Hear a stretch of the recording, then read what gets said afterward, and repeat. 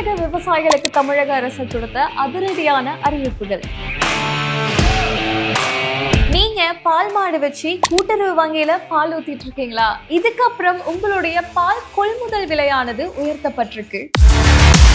2 ஏக்கருக்கும் கம்மியான விவசாயம் நிலம் வச்சிருக்கீங்களா? உங்க குழந்தைங்க அரசு கல்லூரியில படிச்சுட்டு இருக்காங்கன்னும் போது அவங்களுக்கு ஒரு சில சலுகைகள் அறிவிக்கப்பட்டிருக்கு.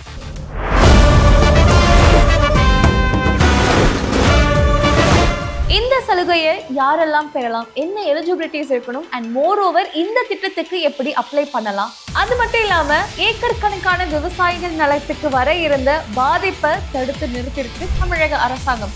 ஸோ என்னென்ன நடந்துச்சு, இது யாருக்கெல்லாம் பொருந்தும் அப்படின்ற முழு விவரமான வீடியோவாக தான் இது இருக்க போது. அதனால வீடியோவை கடைசி வரைக்கும் ஸ்கிப் பண்ணாம பாருங்க. பாஸ் ஃபாலோ ஃபார்மிங் தமிழ் நேயர்களுக்கு வணக்கம், நான் மதுமிதா. விவசாய குடும்பத்தை சேர்ந்த ஒவ்வொரு நபருக்குமே இந்த ஒரு வீடியோ ரொம்பவே யூஸ்ஃபுல்லா இருக்க போது. இதுல ஃபர்ஸ்ட் உங்க வீட்டுல இருந்து ஒரு குழந்தை படிக்கிறதுக்காக வெளில வந்திருக்காங்க அப்படின்னும் போது அவங்களுக்கான ஒரு பெஸ்ட் திட்டமா தான் இன்னைக்கு நான் சொல்லக்கூடிய இந்த ஒரு திட்டம் வந்து அமைய போகுது. அதுலயும் குறிப்பா நீங்க 2 ஏக்கருக்கும் கம்மியான விவசாயம் நிலம் வச்சிருக்கீங்க, அதுலயும் குறிப்பா உங்க வீட்டுல இருந்து பசங்க வெளில போய் படிக்கிறதுக்காக போயிருக்காங்க, அதுலயும் குறிப்பா வந்து கவர்மெண்ட் காலேஜ்ல வந்து ஆர்ட்ஸ் அண்ட் சயின்ஸ்ல வந்து படிச்சுட்டு இருக்காங்க, படிக்கிறதுக்காக ரொம்ப கஷ்டப்பட்டு செலவு பண்ணி எஜுகேஷனல் லோன் எடுத்து படிச்சுட்டு இருக்காங்க அப்படின்னும் போது அந்த எஜுகேஷனல் லோன் பாத்தீங்க அப்படின்னா தள்ளுபடி செய்யப்படும் அப்படின்னு சொல்லியிருக்காங்க. சோ இந்த கல்வி கடன் விலகல் யாருக்கெல்லாம் பொருந்தும் அப்படின்னு பாத்தீங்கன்னா, இல்ல ஃபர்ஸ்ட் நீங்க ஒரு விவசாய குடும்பத்தை சேர்ந்த ஒரு குழந்தையா இருக்கீங்க, அதுலயும் குறிப்பா உங்க வீட்டுல 2 ஏக்கருக்கும் கம்மியான விவசாயம் நிலம் வச்சு விவசாயம் பண்ணிட்டு இருக்காங்க அப்படின்னும் போது நீங்க இதுக்கு எலிஜிபிள். 3வது பாத்தீங்க அப்படின்னா, நீங்க அரசு உயர்கல்வி நிறுவனங்கள்ல வந்து படிக்கக்கூடிய ஒரு மாணவ மாணவியா இருக்கீங்க அப்படின்ற பட்சத்துல உங்களுக்கு இந்த கல்வி உதவியானது உங்களுக்கு கிடைக்கும் அப்படின்னு சொல்லியிருக்காங்க. அதுலயும் குறிப்பா ரொம்ப கஷ்டப்பட்டு நான் வந்து எஜுகேஷனல் லோன் எடுத்து தாங்க படிச்சுட்டு இருக்கேன் அப்படின்னு சொல்லக்கூடிய ஒரு நபரா இருக்கீங்க அப்படின்னும் போது உங்களுடைய எஜுகேஷன் லோன் வந்து முழுமையா வந்து தள்ளுபடி செய்யப்படும் அப்படின்னு சொல்லியிருக்காங்க. ஆனா இந்த இடத்துல கவனிக்க வேண்டிய ஒரு விஷயம் என்ன அப்படின்னா, உங்களுடைய எஜுகேஷனல் லோன் மட்டும்தான் உங்களுக்கு தள்ளுபடி செய்யப்படுமே தவிர அதை தாண்டி உங்களுடைய எக்ஸாம் ஃபீஸ், செமஸ்டர் ஃபீஸ், அதுக்கப்புறம் நீங்க போயிட்டு வரதுக்கான செலவா இருக்கட்டும், இல்ல புத்தகம், இது எல்லாமே வந்து உங்களுக்கு வந்து ஃப்ரீயா கிடைக்கும் அப்படின்ற ஒரு விஷயத்த சொல்லல. நீங்க எஜுகேஷன் லோன் எடுத்து அதுல வந்து நீங்க படிச்சுட்டு இருக்கீங்க அப்படின்னும் போது உங்களுக்கு இந்த உதவியானது கிடைக்கும் அப்படின்னு சொல்லியிருக்காங்க. சோ கூடுதலா வெறும் 2 ஏக்கர் வச்சிருக்கிறவங்களுக்கு மட்டும்தான் இந்த சலுகையா அப்படின்னு கேட்டீங்கன்னா கண்டிப்பா அது ஏன் இந்த 2 ஏக்கர் அப்படின்னு பாத்தீங்கன்னா சிறு குறு விவசாயி கேட்டகரிக்குள்ள வருவாங்க இந்த 2 ஏக்கருக்குள்ள வச்சிருக்கிறவங்க.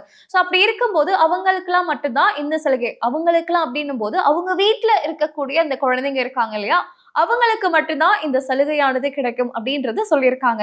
அண்ட் மோர் ஓவர் இதுல கவனிக்க வேண்டிய இன்னொரு முக்கியமான ஒரு விஷயம் என்ன அப்படின்னு பாத்தீங்கன்னா, இந்த நிலமானது ஒண்ணு அந்த மாணவ மாணவியோடைய பெயர்ல இருக்கணும், அப்படி இல்லைன்னா அவங்களுடைய பெற்றோர்களுடைய பெயர்ல, அப்படி இல்லைன்னா அவங்களுடைய பாட்டி தாத்தா இருப்பாங்க இல்லையா, அவங்களுடைய பெயர்ல இருக்கு அப்படின்னும் போது அவங்களுக்கு இந்த சலுகையானது கிடைக்கும். ஒருவேளை அவங்க அத்தை மாமா வந்து 2 ஏக்கருக்கு வந்து வச்சிருக்காங்க அப்படின்னும் போது அவங்களுக்கு வந்து இந்த சலுகையானது கிடைக்காது. அவங்களுடைய பசங்க இருப்பாங்க இல்லையா, அவங்களுக்கு தான் இந்த சலுகையானது கிடைக்கும். சோ இதையுமே இந்த இடத்துல நம்ம வந்து கூர்ந்து கவனிக்கணும். ஓகே, அப்ப நீங்க கேட்கலாம், ஏங்க நான் வந்து பிரைவேட் காலேஜ்ல படிக்கிறேன், எனக்கு இந்த சலுகை எல்லாம் கிடைக்காது அப்படின்னு கேட்டீங்கன்னா, இப்போதைக்கு எந்த ஒரு அபிஷியல் ஜியோவும் வந்து ரிலீஸ் ஆகல. மேபி அந்த ப்ராப்பரான ஒரு அபிஷியல் ஜியோ ஆனது ரிலீஸ் ஆகுது அப்படின்னும் போது அதுல என்ன மாதிரியான டெர்ம்ஸ் அண்ட் கண்டிஷன்ஸ் இருக்கும், இதுல என்ன மாதிரியான கட்டுப்பாடுகள் இருக்கும், யாருக்கெல்லாம் இது பொருந்தும் பொருந்தாது அப்படின்ற ஒரு விரிவான ஒரு அறிவிப்பானது வந்து அறிவிக்கப்படும். ஸோ இப்போதைக்கு இந்த சட்டப்பேரவையில ஒரு திட்டமா தான் வந்து சொல்லியிருக்காங்களே தவிர இன்னும் இதுக்கான ப்ராப்பர் ஜியோ வந்து வெளியிடப்பட்டிருக்கா அப்படின்னு கேட்டீங்கன்னா இன்னும் வரல. வந்த உடனே கூடுதலா இதை பத்தின ஃபுல் வீடியோ உங்களுக்கு தனியாவே போடுறேன். ஓகே, இதுல அடுத்து பார்க்கக்கூடிய திட்டம் என்ன அப்படின்னு பாத்தீங்கன்னா, பால் கொள்முதல் விலை வந்து 38 ரூபாயில இருந்து 41 ரூபாய் பர் லிட்டர் வந்து உயர்த்தப்பட்டிருக்கு அப்படின்னு சொல்லியிருக்காங்க. ஸோ இவ்வளவு நாளாவே 1 லிட்டர் வந்து இந்த சொசைட்டில எல்லாம் கொண்டு போய் பால் ஊத்துவாங்க இல்லையா, அவங்களுடைய 1 லிட்டர் எவ்வளவுக்கு எடுத்துப்பாங்க அப்படின்னு பாத்தீங்கன்னா 38 ரூபாய்க்கு எடுத்துப்பாங்க. ஸோ இதுக்கப்புறம் 41 ரூபாவா வந்து எடுத்துக்கப்படும் அப்படின்னு சொல்லியிருக்காங்க. அப்ப நீங்க நினைக்கலாம், எங்க 3 ரூபா ஒரு பெரிய ஒரு டிஃபரன்ஸ் அப்படின்னு கேட்டீங்கன்னா கண்டிப்பா ஒரு பெரிய டிஃபரன்ஸ் தான். நினைச்சு பாருங்க. ஸோ ஒரு நபர் வந்து ஒரு நாளைக்கு ஒரு 10 லிட்டர் பால் வந்து ஊத்துறாரு அப்படின்னும் போது அந்த 10 லிட்டருக்கு வந்து 38 ரூபாய் கிடைக்குது போது 380 ரூபாய் கிடைக்கும். அதுவே வந்து 41 ரூபாய் இருக்கு அப்படின்னும் போது 410 ரூபாய் வந்து கிடைக்கும். சோ இதுல இருக்கக்கூடிய டிஃபரன்ஸ் பாத்தீங்க அப்படின்னா 30 ரூபாய். ஒரு நாளைக்கு 30 ரூபாய் அப்படின்னாலுமே 30 நாளைக்கு பாத்தீங்க அப்படின்னா 900 rupees ஆனது அவங்களுக்கு கிடைக்கும். அப்ப நீங்க கேட்கலாம், ஏங்க மாடு செலவு எங்க இருக்கு, அதுக்கு பார்க்கக்கூடிய தீனி எங்க இருக்கு, இந்த 900 rupees ஆனது அவங்களுக்கு வந்து ஓகேவா இருக்கும் அப்படின்னு கேட்டிங்கன்னா மேபி அதோடைய செலவுக்கோ இல்லை மற்ற தீவனங்களுக்கு இந்த மாதிரியான விஷயங்களுக்கு இது ரொம்பவே பயனுள்ளதாக இருக்கும்.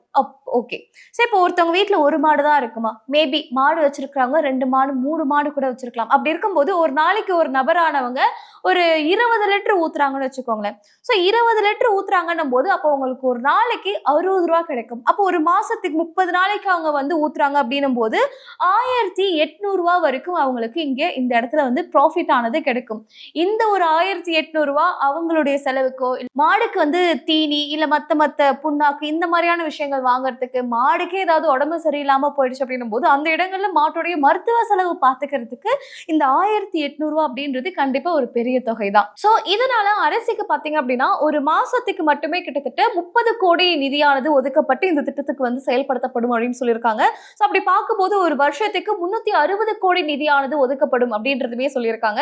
சோ நீங்க சொல்லுங்க, இந்த பால் கொள்முதல் விலையை வந்து 38ல இருந்து 41 உயர்த்தினது உங்களுக்கு ஓகேவா இருக்கா, இல்ல நிஜமாலே அந்த ஒரு ப்ராஃபிட் ஆனது உங்களுக்கு வந்து கட்டுப்படி ஆகுமா, இல்ல எவ்வளவு உயர்த்திருந்தா உங்களுக்கு இன்னுமே ஏதுவா இருக்கும் அப்படின்ற உங்களுடைய கருத்துமே தாராளமா இந்த ஒரு வீடியோட கமெண்ட் செக்ஷன்ல பதிவு பண்ணுங்க. இதுல இன்னொரு திட்டம் என்ன அப்படின்னு பாத்தீங்கன்னா, பரந்தூர் விமான நிலையம் வந்து இதுக்கப்புறம் வந்து வரதுக்கான வாய்ப்பு இல்லை அப்படின்னு விஜய் அவர்களே வந்து அறிவிச்சிருக்காங்க. மெயினா இந்த பரந்தூர் விமான நிலையம் கிட்டத்தட்ட 2009ல இருந்தே இது வரதுக்கான நிறைய பிளான்ஸா இருக்கட்டும், நிறைய ப்ராசஸ் வந்து போயிட்டே இருந்தது.